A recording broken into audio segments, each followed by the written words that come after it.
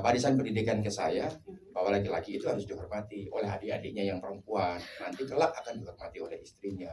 Tanpa adanya konco wingking, konco ngajeng tidak akan bisa berbuat apa-apa. Para memberikan saya kebebasan lagi di dalam hal tema, dalam hal penyutradaraan skenario di film Gowo ini. Ini sebenarnya satu paket antara Tuhan Izin dan Dosa, dan Gowo ini sebetulnya dalam satu paket kreatif pada saat itu. Dimulainya pada saat pandemi. Sebetulnya awal pertama kali saya membaca atau saya mengetahui tentang Gowo ini jauh sebelum pandemi. Saya membaca sebuah artikel di sebuah majalah online tentang profesi Gowo. Saya pikir Gowo itu sama seperti teman-teman semuanya mengiranya, itu adalah sebuah buah gitu kan. Karena di Jogja ada kampung Gowokan. Saya pikir itu kampung Gowokan itu tuh kampung itu gitu kan. Ternyata bukan, itu adalah kampung yang dulunya itu kebun Gowo, kebun buah Gowo. Tapi Gowo di sini adalah hal yang lain gitu. Dan saya tertarik sekali untuk mengupas,nya karena Gowo ini ngajarin laki-laki bagaimana cara memahami tubuh perempuan, tubuh pasangannya, sehingga pada saat malam pertama nanti dia bisa menjadi lalalang yang jagat, menjadi laki-laki perkasa yang bisa membahagiakan perempuan. Ini hal yang opposite, keterbalikan seperti yang saya pahami selama ini. Saya kan orang Jawa, saya juga Islam. Saya dididiknya nggak begitu. Jadi didiknya adalah apalagi laki-laki, anak pertama. Saya anak pertama kebetulan. Jadi orang tua saya, bapak saya juga laki-laki sendiri di keluarganya. Jadi bapak saya menurunkan warisan pendidikan ke saya bahwa laki-laki itu harus dihormati oleh adik-adiknya yang perempuan. Nanti kelak akan dihormati oleh istrinya. Sampai kemudian mendarah daging. Sampai waktu itu saya itu kalau dipegang kepala saya oleh perempuan gitu kan, saya pasti marah. Ya itu karena saking mendarah dagingnya. Nah, artikel ini mengubah pandangan saya, benar-benar mengubah pandangan saya. Awalnya saya resisten, masa sih ini cuma begitu. Ternyata ketika saya membaca Serat Centini, waktu itu Serat Centininya Elizabeth Inandiak ya, itu mengupas tentang bagaimana Among-Rogo ketika melakukan melakukan manunggal lingkapulo Gusti, artinya melakukan tirakat untuk mendekatkan diri pada Tuhan pada saat hubungan seksual. Nah, di hubungan seksual itu Among-Rogo itu justru mempleset istrinya. Bagaimana membuat istrinya sampai mendapatkan hak orgasme bahkan berkali-kali gitu kan. Jadi ini yang membuat saya akhirnya terus kok begini ya gitu kan, beda gitu kan.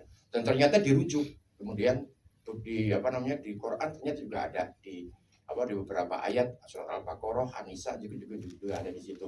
Terus kemudian saya membaca runtutan Serat Centini, ada 9 jilid pada saat itu. Terus saya coba baca, tapi scanning, saya cari yang bagian itunya doang. Itu di jilid 6, saya jujur aja ini. Saya penasaran sekali soalnya kan. Kemudian saya baca, kalau nggak salah di jilid 5 atau jilid 6. Betul dia melakukan itu gitu kan. Jadi saya mengambil intisari ini sebetulnya dari buku-buku Serat Centini tersebut. Kebetulan ada novelnya kayak karya Mas Budi Sarjono, judulnya Nyai Gowo. Nah itu yang akhirnya kemudian semakin membuat saya yakin bahwa ini sangat penting untuk saya harus membuatkan sebuah film, karena membuat kesadaran baru tentang bagaimana posisi perempuan dirancang gitu kan. Memang secara tugas di rumah itu adalah wilayahnya perempuan, mendidik anak, terus kemudian memasak. Pokoknya itu adalah tugasnya perempuan menurut Jawa ya, bukan menurut Jawa. Ada Jawa itu rumah itu adalah kerajaannya perempuan, sementara laki-laki itu ada di teras dan dunia luar. Maka disebut konco ngajeng itu depan, konco depan. Sementara perempuan konco wingking itu belakang. Artinya konco wingking di belakang itu bukan berarti dia rendah, karena di dalam peribadatan umat Islam pun perempuan kan ada di belakang, laki-laki di depan. Bukan yang di belakang itu rendah, sementara yang di depan rendah. Bukan, karena itu adalah sebuah bagian bagian organisasi kerumah tanggaan gitu. Tanpa adanya konco wingking, konco ngajeng tidak akan bisa berbuat apa-apa. Tanpa adanya konco ngajeng, konco wingking juga tidak terlindungi. Karena tugasnya laki-laki kan di depan sebagai konco ngajeng kan dia memproteksi rumah tangga. Gitu. Nah, pertanyaannya adalah wilayah yang ada di dalam kamar itu wilayahnya siapa? Ya kan? Setahu saya itu adalah wilayah laki-laki. Kita kan di luar berburu lah, bekerja, berhadapan sama tekanan-tekanan besar.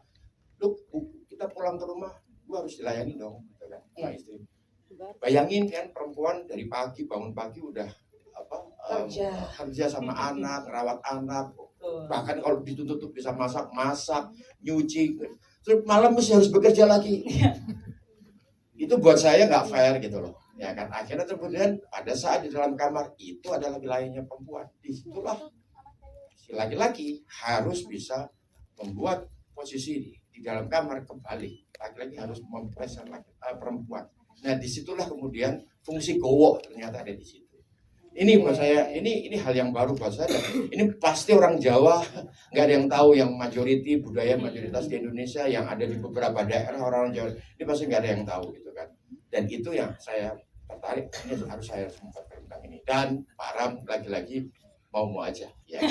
Nggak dia mau. Saya cuma bilang, Pak saya mau bikin berdua film Tuhan izin aku berdosa sama film Gowo. Pak Ram nanya, apa itu Gowo? Film horor ya? Nah. Sama teman-teman semua. Iya. Enggak, saya nyebutnya Kama Sutra Jawa.